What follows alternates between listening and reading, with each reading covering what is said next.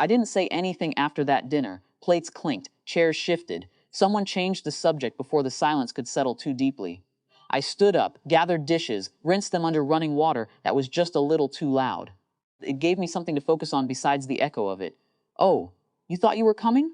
It wasn't even said cruelly, just casually, like correcting a misunderstanding that shouldn't have existed in the first place. I had smiled, or something close to it, nodded, kept moving. That was the part I couldn't shake, not what they said, but how easily it fit into everything else. I'd always been the one who made things happen without being asked twice. Bookings, plans, deposits. I knew how to catch the small details before they became problems. I liked it. At first. It made me useful. It made things smoother for everyone. Somewhere along the way, it stopped being noticed. The cruise had been my idea technically, or at least, I was the one who turned it from a passing comment into something real.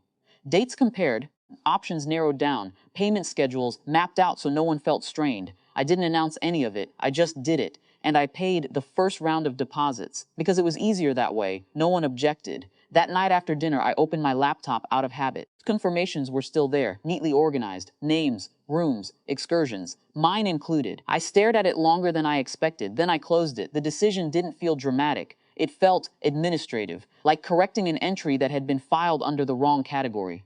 Over the next few days, I worked through it the same way I'd built it. Quietly, methodically, cancellations processed, refunds routed back where they could be. Anything non-refundable stayed that way. I wasn't undoing the trip entirely, just my part in holding it together. No announcements, no warnings, just absence.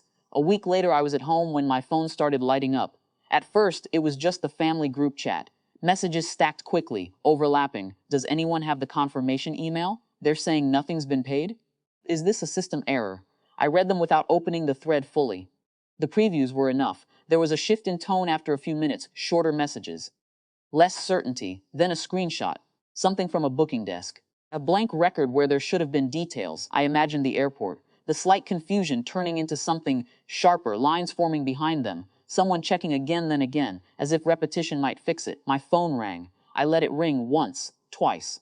Then I answered. My dad didn't raise his voice. That would have been easier, in a way. Anger has edges you can respond to. This was different. What happened with the bookings? Not did you cancel, not why. Just an assumption that I would know, that I would fix it. I leaned back against the counter, looking at nothing in particular. They weren't mine to manage, I said. There was a pause. Not long, but noticeable. What does that mean? I could hear movement on his end. Background noise. Announcements, maybe.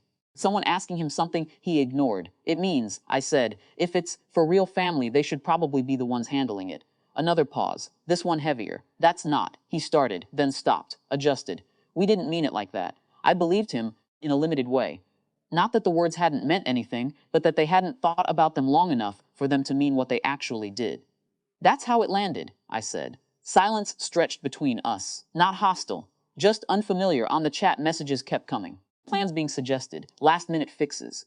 People trying to reconstruct something they hadn't realized depended on a single thread. You could have said something, he said finally. I thought about that. Maybe I could have. At the table. After the comment. Any number of small moments where I could have pushed back, clarified, corrected, but all of those options required me to argue for a place I had already been told wasn't mine. I think I did, I said, just not out loud. He exhaled, slow, not quite a sigh. What are we supposed to do now? It wasn't accusatory. It was practical. Immediate. For a second, I almost slipped back into it. Solutions lining up automatically. Alternate bookings, nearby hotels, partial itineraries. I let them pass. I'm not sure, I said, and I wasn't. Not because there were no options, but because none of them belonged to me anymore. We ended the call without resolution. No apology that felt complete. No argument that burned everything down. Just a kind of suspended understanding. Later, the chat quieted. Plans shifted into something smaller, more fragmented. A few of them still went somewhere, I think. Not the cruise. Something else. No one asked me to join. That part was consistent. In the weeks after, things didn't dramatically change. We still saw each other. Still had dinners. Conversations adjusted slightly. Like furniture moved a few inches to accommodate a new awareness. They asked more questions now. Not about big things, just small confirmations. Who's handling what? Who's paying for which part? I answered when it made sense. Other times, I didn't step in. It wasn't about keeping score. It was about letting the shape of things be visible without me constantly smoothing it over. At the next family gathering, someone mentioned another trip. Half-formed, not serious yet. There was a brief pause, like everyone was waiting to see if I would pick it up. I didn't. The conversation moved on. It wasn't a victory. Nothing about it felt like that, but it was quieter. And it held.